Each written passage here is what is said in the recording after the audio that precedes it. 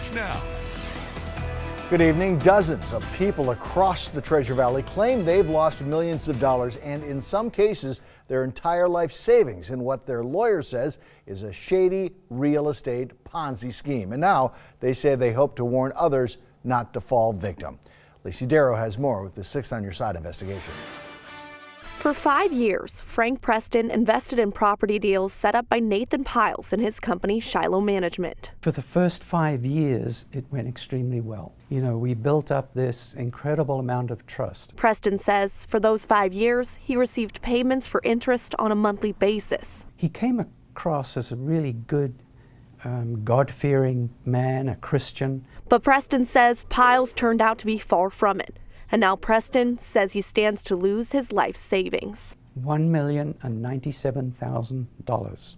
And Preston isn't the only one who claims he's lost everything. I'm upside down with Shiloh Investments, roughly $750,000. We currently had 3 investments with him, each at $200,000. A lawyer representing some of the victims says he believes there are 100 people or more of all ages who lost money to Piles. I would say it's a classic Ponzi scheme.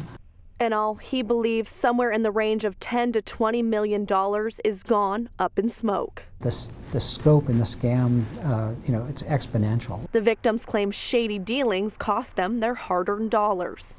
A Canyon County commercial listings report shows Shiloh Management Services Incorporated owns at least 40 parcels of land in Canyon County alone. In one case, Roger Button claims Piles sold the property Button invested in and kept the funds. If what the investors say is true, what did Piles do with all of their money? My assumption is it's, if it follows the typical pattern, it could be offshore, it could be any number of places. All of us are retirement age. All of us had a nest egg that we thought we were going to be able to live on the rest of our lives. But it's gone. Gary Edson, an attorney for some of the victims, says Piles lives a life of luxury, even owning 2 airplanes. It's hard to put either an emotional tab on it or a dollar tab on it because the consequences are staggering. The results of this, I'm 73 years old, just not sure how I'm going to get a job and how to put food on the table.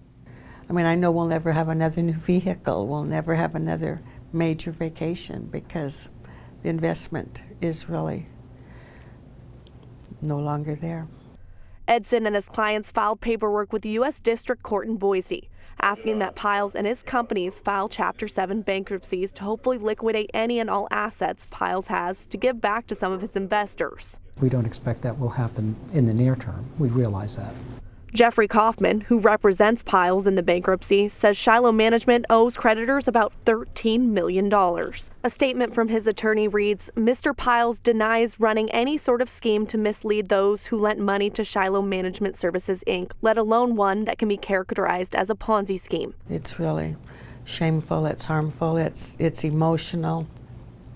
We feel foolish. But we're just hoping to get through it. This is my way of doing what I can, is to get the word out so this man can stop preying on innocent people. The FBI is reportedly looking into Piles and his investment companies. Lacey Darrow, 6 on Your Side. Now, just last week, Piles was arrested for 4 felony counts of writing checks with insufficient funds.